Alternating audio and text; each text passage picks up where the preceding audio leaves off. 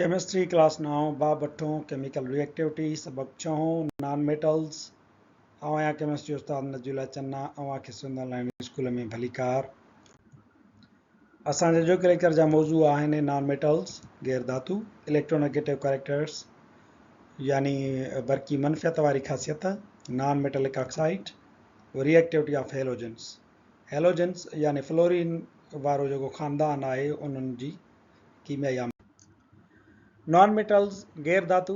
Non-metals are the elements which have greater tendency to accept electrons. गैर धातु उहे अंसर हूंदा आहिनि जेके इलेक्ट्रॉन हासिल करण जो तमामु वॾो रुझान रखंदा आहिनि. Non-metals are placed at the upper right portion of periodic table as shown in table 8.7. गैर धातु पीरियडिक टेबल में तव्हांखे सॼे पासे मिलंदा सो बि अपर पोर्शन में मथां मिसाल जे तौर ते 1A जो आहे पहिरें ग्रुप जो हाइड्रोजन आहे. चौथे में तव्हांखे कार्बन मिलंदी ॿिए पीरियड में. 5 में ॿिए पीरियड में नाइट्रोजन, टे पीरियड में फास्फोरस. 6 में ऑक्सीजन, सल्फर, सेलेनियम ऐं वरी 7 में तव्हांखे फ्लोरीन मिलंदो, क्लोरीन, ब्रोमीन, आयोडीन. हीअ असांजूं नोबल गैसिस आहिनि. इहे इन कुझु फिज़िकल कैरेक्टरिस्टिक्स में गैर धातुनि जहिड़ियूं आहिनि. मिसाल जे तौर ते त हीअ तव्हांखे गैस जी सूरत में मिलनि था.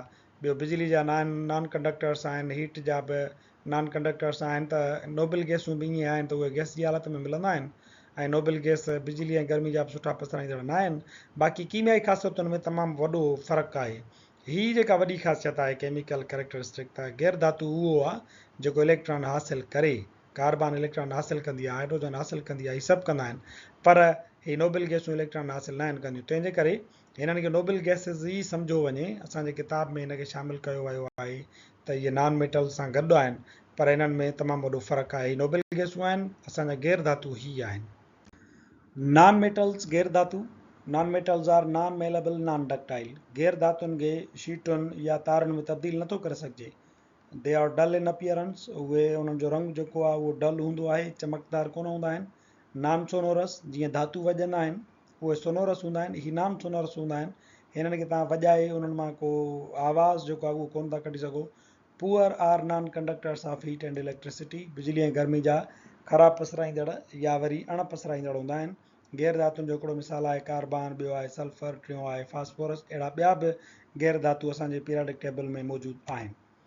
Most of the non metals are gases.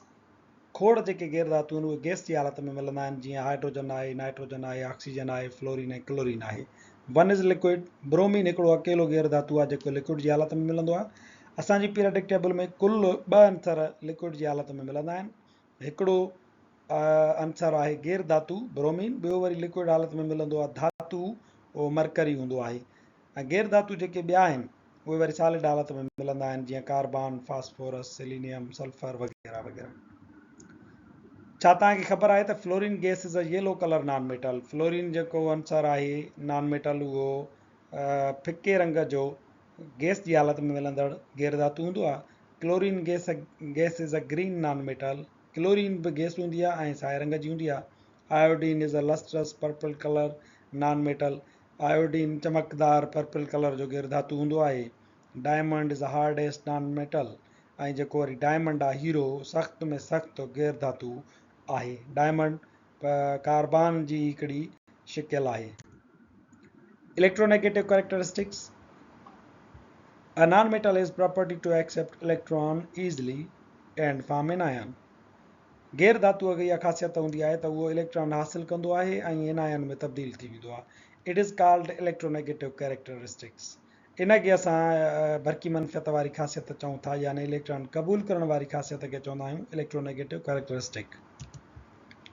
Negative ions move towards anode during electrolysis. Electrolysis जे दौरान नेगेटिव जेके आयन्स आहिनि ही वारियूं इहे एनोड ॾे छिकिजी वेंदियूं आहिनि. छो त हिननि ते काटू जी चार्ज आहे, एनोड ते हूंदी आहे वाधूअ जी. अपोज़िट चार्ज ॾे एनोड ॾे छिकिजी वेंदियूं आहिनि. तंहिंजे करे हिननि खे असां एनायन्स जो नालो ॾींदा आहियूं. The number of negative charges on anion shows the excess number of electrons as compare to number of protons. जेकॾहिं एनायन जे मथां काटू जी चार्ज खे तव्हां ॻणियो त उहो तव्हांखे उन में मौजूदु प्रोटॉननि जी भेट में इज़ाफ़ी अंग जेको आहे इलेक्ट्रॉननि जो उहो ॿुधाईंदो आहे. मिसाल जे तौर ते हिते हिकिड़ी नेगेटिव आहे मथां चार्ज, त यानी हिकु इलेक्ट्रॉन हिन जो प्रोटॉन खां वधीक आहे. जेकॾहिं 2 नेगेटिव हुजे त यानी प्रोटॉननि खां हिन जो 2 इलेक्ट्रॉन जेके आहिनि उहे वधीक आहिनि. Electronegative characteristics across periodic table. Periodic table जे अंदरि इलेक्ट्रोनेगेटिव कैरेक्टरिस्टिक्स खे जेकॾहिं ॾिसूं त electronegative character increases across the period में जीअं तव्हां हेॾे अॻिते हलंदो त इलेक्ट्रोनेगेटिव जेको कैरेक्टरिस्टिक आहे धातु इन्हनि जी अंसरनि जी उहा वधंदी वेंदी आहे छो बिकॉज़ एटॉमिक साइज़ डिक्रीज़िस छो त एटॉमिक साइज़ जेका आहे उहा हेॾे ईंदे ईंदे घटिजंदी थी वञे एंड न्यूक्लियर चार्ज डेंसिटी इंक्रीज़िस ऐं प्रोटॉननि जो तइदादु हेॾे ईंदे वधंदो वेंदो आहे इन जे करे प्रोटॉननि जो तइदादु वधंदो वेंदो आहे त एटॉमिक साइज़ घटिजंदी वेंदी आहे छो त न्यूक्लियस आहे जेको पंहिंजे शेल्स खे छिके सोढ़ो कंदो आहे जीअं जीअं प्रोटॉन वधंदा वेंदा त उहो पंहिंजे शेल्स खे सोढ़ो कंदो त पंहिंजे शेल्स ते बि मर्कज़ हिकिड़ी पुल रखंदो आहे छिक रखंदो आहे पर ॿियनि इलेक्ट्रॉननि खे बि पाण ॾांहुं छिके वठंदो आहे ऐं वरी जेकॾहिं ग्रुप में अचूं त डिक्रीज़िस डाउन द ग्रुप हेठि ईंदासीं त इलेक्ट्रोनेगेटिविटी घटि थींदी वेंदी because due to increasing atomic size छो त हेठि ईंदे एटम जी जेका साइज़ आहे उहा वधंदी वेंदी आहे ऐं एटम जी साइज़ इन लाइ वधंदी आहे त उन में जेको इलेक्ट्रॉन शेल आहे उन जो इज़ाफ़ो थींदो हलंदो आहे non metallic oxide Non-metals form acidic oxides which react with water vapors of atmosphere and cause acid rain. Non-metallic oxide जे नाले मां ई ज़ाहिर आहे त नॉन मेटल जॾहिं ऑक्सीजन सां रिएक्शन कंदो त नॉन मेटालिक ऑक्साइड ठाहींदो ऐं इहो नॉन मेटालिक ऑक्साइड एसिडिक हूंदा आहिनि छो त इहे नॉन मेटालिक ऑक्साइड जॾहिं पाणी सां रिएक्शन कंदा आहिनि त उहे पाणीअ में तेज़ाब ठाहींदा आहिनि ऐं उहो पाणी जेको आहे जेकॾहिं एटमॉस्फेयर में मौजूदु आहे त एसिड रेन पिणु वसाए सघे थो मिसाल जे तौर ते सल्फर गैर धातु आहे ऑक्सीजन सां मिलियो त इहो नॉन मेटालिक ऑक्साइड थी वियो सल्फर डाइऑक्साइड हाणे सल्फर डाइऑक्साइड जॾहिं पाणी सां मिलियो फिज़ा में मौजूदु पाणी सां रिएक्शन कंदो त सल्फ्यूरस एसिड ठहंदो उहो मींहं सां गॾु हेठि पवंदो आहे त उनखे एसिड रेन चइबो आहे सल्फर ट्राइऑक्साइड जेकॾहिं पाणी सां मिलियो त H2SO4 ठाहींदो यानी सल्फ्यूरिक एसिड ठाहींदो कार्बन डाइऑक्साइड जेकॾहिं वरी मथे ठहे थी इहे नॉन मेटालिक ऑक्साइड आहिनि छो त हीउ नॉन मेटल आहे हीउ नॉन मेटल आहे कार्बन डाइऑक्साइड पाणी सां मिलंदी त कार्बोनिक एसिड ठहंदो उहो बि जेकॾहिं मींहं सां गॾिजी हेठि पवणु लॻंदो त असां चवंदासीं त एसिड रेन आहे comparison of reactivity of the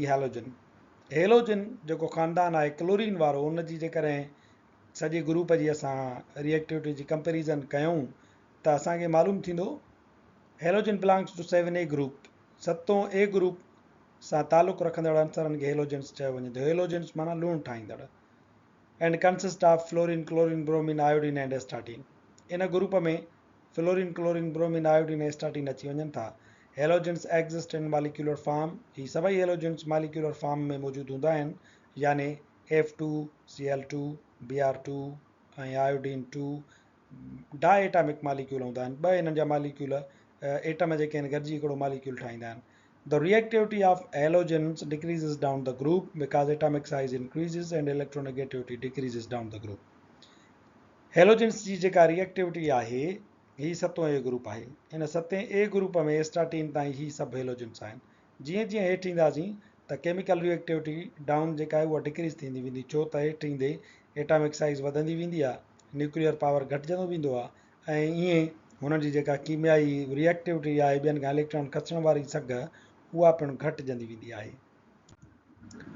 chemical reactions of halogens जा कीमियाई अमल halogens act as oxidising agent because they easily accept electron हाणे जीअं त पीरियाडिक टेबल में आख़िरी जेके आहिनि अंसर उहे गैर धातु आहिनि उहे आहिनि हेलोजन तंहिंजे करे हेॾे जीअं पीरियाडिक टेबल में तव्हां हेॾे ईंदो त नॉन मेटलिक कैरेक्टर वधंदो वेंदो आहे आख़िरी में त लाज़मी तौर ते नॉन मेटलिक कैरेक्टर तमामु घणो मज़बूत हूंदो इन जे करे उहे इलेक्ट्रॉन खे ईज़ीली एक्सेप्ट करे वठंदा आहिनि इन जे करे उहे ऑक्सीडाइजिंग एजेंट हूंदा आहिनि ऑक्सीडाइजिंग एजेंट छा कंदो आहे ॿियनि खे ऑक्सीडाइज़ कंदो आहे हाणे क्लोरीन आहे सोडियम खां इलेक्ट्रॉन खसींदी हिनखे ऑक्सीडाइज़ कंदी लूज़ कंदो इलेक्ट्रॉन ही ऑक्सीडाइजिंग एजेंट आहे छो त हिनजी ऑक्सीडेशन थो कराए हिन खां इलेक्ट्रॉन खसे पाण हुन सां आयोनिक बांड ठाहे थी सोडियम क्लोराइड ईअं आयोडीन जेकॾहिं पोटेशियम सां मिले त हिन धातुअ खे ही गैर धातु हेलोजन हिनखे ऑक्सीडाइज़ कंदो हिन जा इलेक्ट्रॉन लूज़ कराईंदो ऐं पाण उहो इलेक्ट्रॉन गेन कंदो आहे Power of halogens as oxidizing agent decreases in the following order. जेकॾहिं असां हेलोजन्स जो ऑक्सीडाइजिंग पावर ॾिसूं त उहो हिन ऑर्डर में डिक्रीज़ थींदो हलंदो फ्लोरीन जो ऑक्सीडाइजिंग पावर वधीक आहे क्लोरीन खां क्लोरीन जो वरी वधीक आहे ब्रोमीन खां ब्रोमीन जो वधीक आहे आयोडीन खां यानी डाउन द ग्रुप ऑक्सीडाइजिंग जेको पावर आहे उहो घटिजंदो थो हले नंबर ॿियो आहे more reactive halogen can displace lace reactive halogen from a solution of its salt जेको वधीक पावरफुल हेलोजन आहे उहो कमज़ोर हेलोजन खे उतां रिप्लेस करे उन जी जॻह पाण वठंदो आहे, रिप्लेसमेंट रिएक्शन आहे। मिसाल जे तौर ते पोटेशियम आयोडाइड खे जेकॾहिं क्लोरीन सां असां रिएक्शन कयूं त ॾिसो क्लोरीन जो ऑक्सीडाइज़िंग पावर आयोडीन खां वधीक आहे, त क्लोरीन छा कंदो, पाण अचे करे पोटेशियम सां मिलंदो, आयोडीन खे कढी छॾींदो, आयोडीन ॿाहिरि निकितो ऐं पोटेशियम क्लोराइड थी वियो। ईअं वरी जेकॾहिं असां ॾिसूं था त पोटेशियम क्लोराइड खे फ्लोरीन सां कयूं त फ्लोरीन जो अञा ऑक्सीडाइज़िंग पावर वधीक आहे, त इहो अची करे फ्लोरीन क्लोरीन खे कढंदो, पोटेशियम क्लोराइड त थी वियो पोटेशियम फ्लोराइड ऐं क्लोरीन ॿाहिरि निकिरी वई।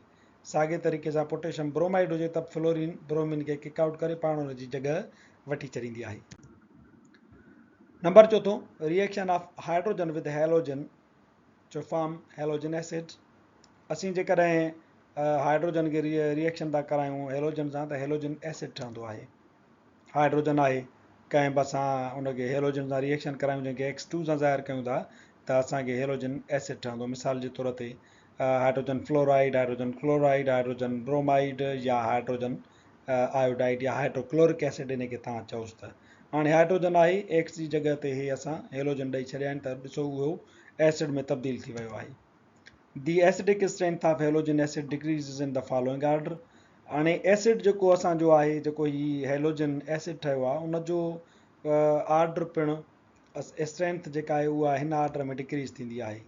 हाइड्रोजन आयोडाइड जेको आहे उहो वधीक पावरफुल आहे हाइड्रोजन ब्रोमाइड खां, हाइड्रोजन ब्रोमाइड वधीक पावरफुल आहे हाइड्रोजन क्लोराइड खां, हाइड्रोजन क्लोराइड वरी हाइड्रोजन फ्लोराइड खां वधीक स्ट्रांग एसिड आहे। Hydrogen iodide is very strong acid because hydrogen iodide easily breaks up and forms hydrogen ion in water due to weak covalent bonding। Hydrogen iodide इन hydrogen fluoride खां छो वधीक powerful acid छो आहे, छो त पाणीअ में जेको वधीक जल्दी टुटंदो उनखे असां पावरफुल एसिड चवंदा आहियूं। उहो एसिड टुटंदो त हाइड्रोजन आयन्स ठहंदा आहिनि। हाणे हाइड्रोजन आयोडाइड तकिड़ो पाणी में टुटी वेंदो छो त हिननि जो पाण में कोवेलेंट बॉन्ड कमज़ोर आहे। हाइड्रोजन फ्लोराइड जो कोवेलेंट बॉन्ड मज़बूत आहे छो त हिन जो ऑक्सीडाइज़िंग पावर आयोडीन खां फ्लोरीन जो ऑक्सीडाइज़िंग पावर तमामु घणो मज़बूत हूंदो आहे। फ्लोरीन जी इलेक्ट्रोनेगेटिविटी वधीक आहे, तंहिंजे करे हाइड्रोजन सां उहो मज़बूत बॉन्डेड हूंदो, पाणी में उहो तकिड़ो ऐं तमामु घणो न टुटंदो। पर हाइड्रोजन आयोडाइड आयोडीन जी इलेक्ट्रोनेगेटिविटी घटि आहे, इन जे करे हाइड्रोजन सां उनजो जेको इलेक्ट्रो वेलेंट बॉन्ड आहे, असांजो जेको कोवेलेंट बॉन्ड आहे, उहो कमज़ोर हूंदो आहे, पाणी में इहो तकिड़ो टुटी वेंदो आहे, इन जे करे हाइड्रोजन आयन तमामु घणा पैदा थींदा आहिनि। हाइड्रोजन फ्लोराइड वीक एसिड आहे छो त हुनजो स्ट्रांग कोवेलेंट बॉन्डिंग हूंदी आहे, इन जे करे उहो पाणी में तकिड़ो कोन टुटंदो ऐं हाइड्रोजन आयन तमामु घणा पैदा कोन थींदा आहिनि। हाइड्रोजन आयन पाणी सां रिएक्शन कंदो आहे त जीअं हाइड्रोनियम आयन्स ठही सघनि। असांजो जेको लेक्चर पुॼाणी ते पहुचे थो, वधीक वीडियोज़ लाइ ॾिसंदा रहो सिंध ऑनलाइन स्कूल।